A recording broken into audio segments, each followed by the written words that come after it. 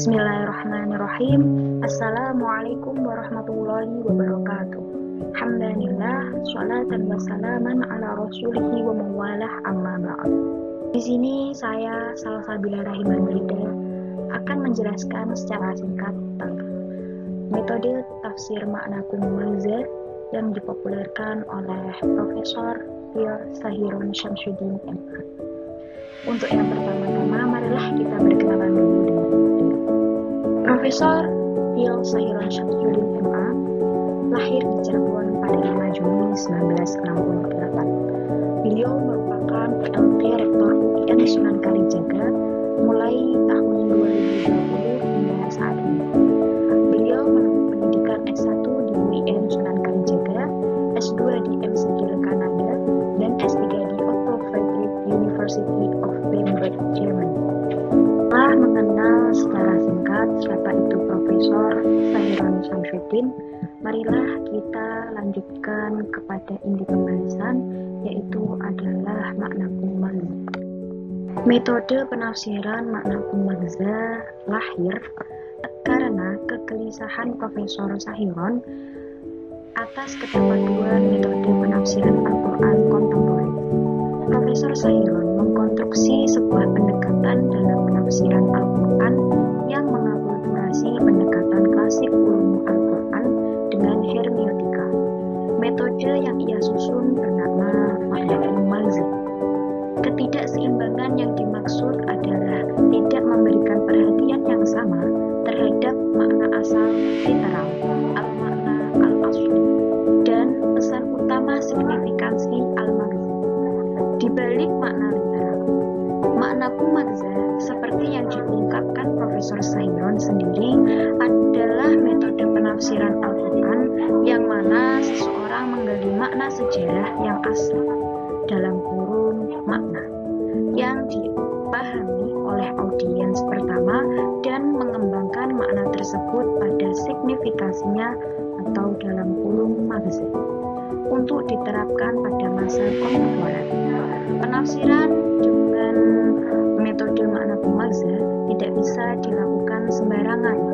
Seseorang harus memiliki ilmu pengetahuan yang linier yang melatar belakanginya. Langkah konkret dalam menafsirkan dengan pendekatan makna kumulza dilakukan melalui dua tahapan. Pertama, yaitu mencari makna asal ayat. Makna secara etimologi berarti arti. Adapun secara istilah untuk makna di sini berarti makna asal atau makna literal historis dari ayat. Yang kedua adalah menentukan maghzi, signifikansi ayat. Maghza secara etimologi berarti maksud, tujuan, dan signifikasi. Adapun secara istilah dalam metode ini, maghza berarti pesan utama ayat yang sedang ditafsirkan. Metode ini praktis dan siap untuk diaplikasikan tentunya oleh orang yang kompeten dalam ilmu bahasa Arab, sejarah dan linguistik, dan beberapa ilmu pendukung tafsir. Metode ini menjadi penting untuk dikenalkan kepada mufasir generasi kontemporer agar produksi corak tafsirannya tidak hanya literalis dan tekstualis, namun juga kontekstual. Contoh penafsiran menggunakan makna kumulza. Di sini saya mengambil surat Al-Ahzab ayat 59 sebagai contoh ayat yang akan ditafsirkan menggunakan metode makna kumulza. Sebelum itu kita akan flashback ke dalam histori turunnya ayat ini, atau biasa kita sebut asbabul nuzul turunnya, yaitu adalah pada masa Nabi. Banyak wanita Madinah yang keluar pada malam hari untuk membuang hajat atau membuang air besar. Saat itu orang-orang fasik juga keluar rumah. Ketika mereka melihat wanita menggunakan cadar, mereka berkata, "Dia adalah perempuan merdeka." Lantas kemudian mereka meninggalkannya. Jika mereka melihat wanita yang tidak bercadar, mereka akan berkata, "Dia adalah seorang budak." Mereka lalu menangkapnya dan membawanya. Kemudian turunlah ayat ini. Berdasarkan asbab al-nuzul ini, kemudian beberapa kelompok berpendapat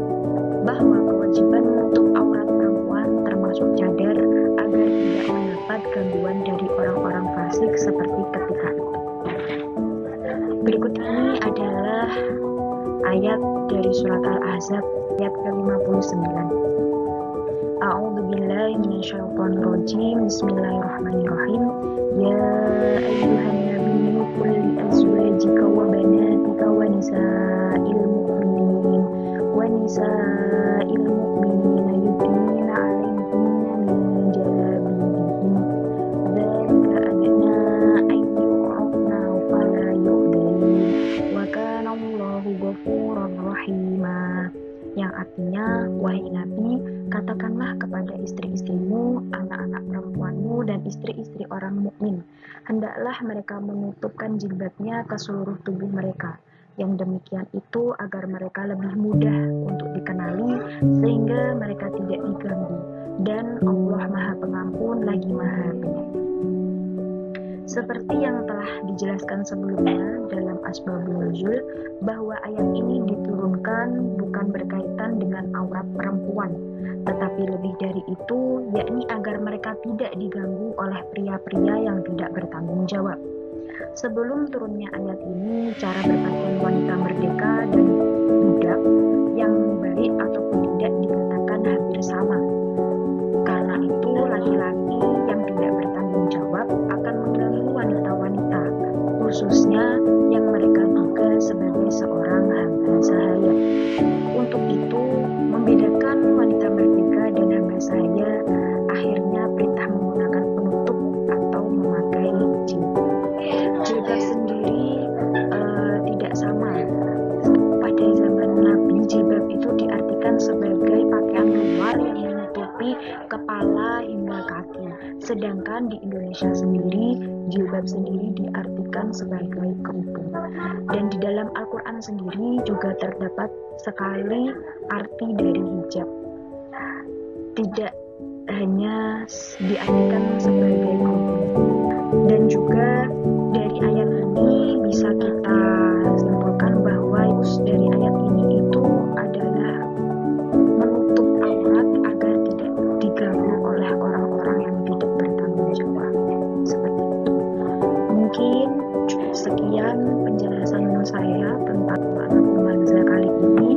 Apabila ada kurang lebihnya, saya mohon maaf yang sebesar-besarnya. Sekian, akhirul kalam. Wassalamualaikum warahmatullahi wabarakatuh.